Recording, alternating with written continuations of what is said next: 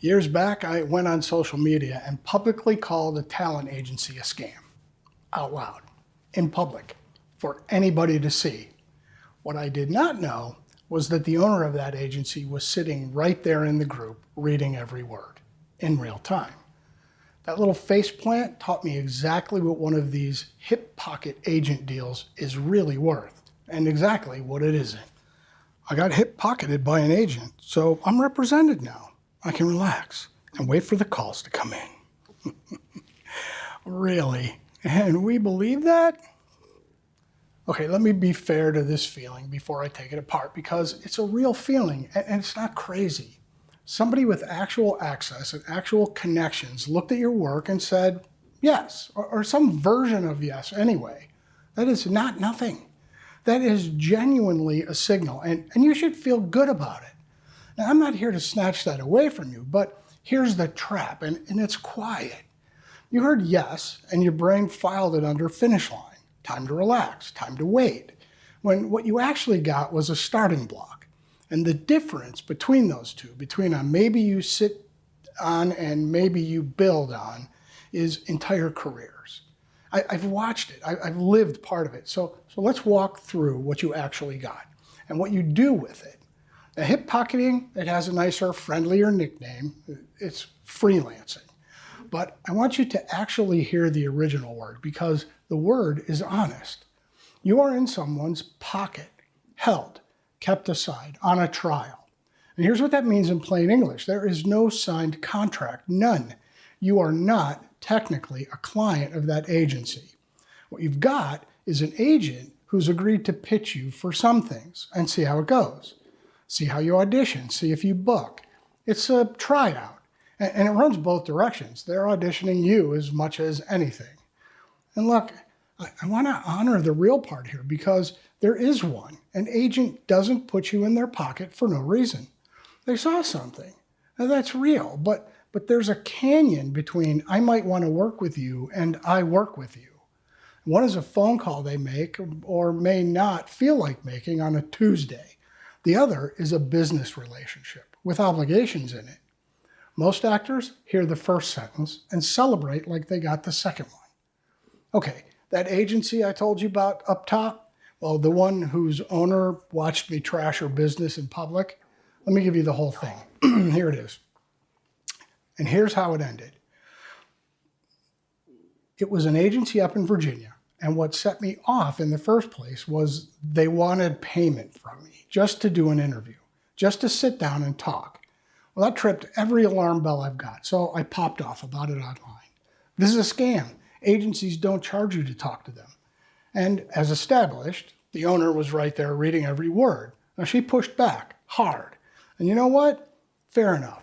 So I apologized publicly, and I did it honestly. I said, look, charging to interview is generally considered a red flag in this business.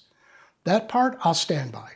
But I don't have any insight into your specific process, and I shouldn't have painted you with a broad brush, because here's a rule I live by.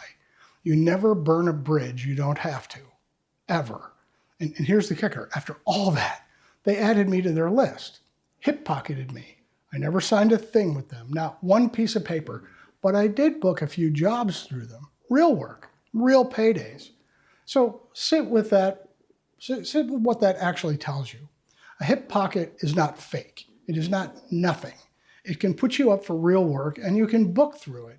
No signature required, which is exactly why you can't afford to treat it like a scam or like a trophy. It's a working relationship. It just isn't a committed one. And that story sets up the one thing in this whole episode I need you to burn into your brain, because it's where actors actually get hurt. A real hip pocket costs you nothing. Zero. A legit agent makes their money one way. They take a percentage when you book a job. That is the whole model. They eat when you eat, which means they're motivated to get you working, and they never, ever need a dime from you up front. So the second somebody asks you to pay, to interview, to get on the list, to be represented, for the mandatory headshots you have to buy through them, for the classes you have to take from them, stop. That is not an agent scouting talent. That's a business making its money off of hopeful actors instead of off of working ones. It profits whether you ever book a single job or not. And when your revenue comes from the actors instead of the acting, you can guess whose interests come first. That's the line. Free hip pocket from someone who earns when you earn, that can be real work. Anybody with their hand out before you've made a nickel, run. It doesn't matter how official the office looks. Now let me show you the gap between the pocket and the roster. And I'm not doing this to make you bitter. I'm doing it so you stop waiting for a level of service that was never coming. A signed client gets priority. They get actively submitted, promoted, pushed. When they book, the agent negotiates the deal, fights for the rate. There are obligations flowing toward that client. A hip-pocketed actor gets pitched when it's convenient, maybe. And there's a real difference between being submitted and being pitched. A submission goes through the system with your materials attached. It's a process.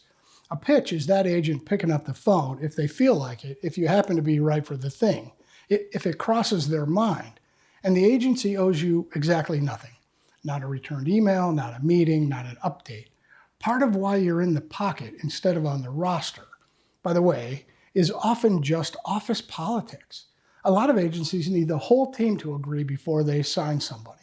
So sometimes one agent sold on you but can't get the room to say yes. And the pocket is the workaround. It's not an insult. It just means one person believed in you and you've got some convincing left to do. Which brings us to the part nobody warned you about. Here's the thing about the pocket that makes it dangerous. It has no expiration date. None. There's no clock on it, no 6-month review, no let's sit down and see where we are. Nothing in this arrangement forces anybody to ever make a decision about you. So you can sit in that pocket for 1 year, 2, 5, quietly waiting to get activated. And nothing requires that agent to ever tell you the truth about where you actually stand. If you've been watching me for the last few episodes, you know exactly where this is going because it's the same trap wearing a new coat. You're waiting on a verdict that has no reason to ever come. Same as waiting to feel ready. Same as waiting for somebody to tell you your look is finally right. The letter you're waiting for, nobody is writing it.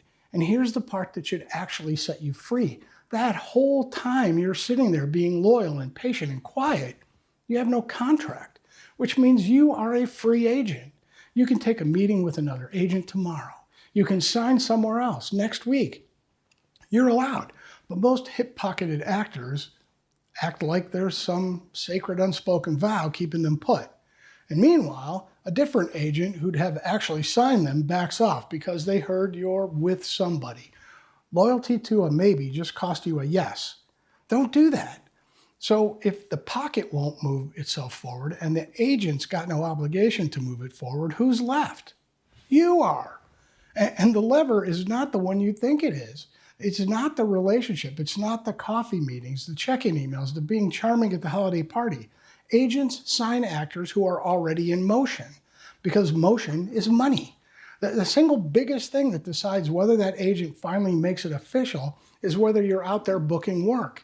Your tapes, your bookings, your proof that the market wants you. That forces a business decision because now you're making them money and they don't want to lose you to somebody else. The needle doesn't get moved by the relationship. The needle moves the relationship. And I'll tell you this, it never really stops. And I mean that as good news. It's how I got signed in the first place.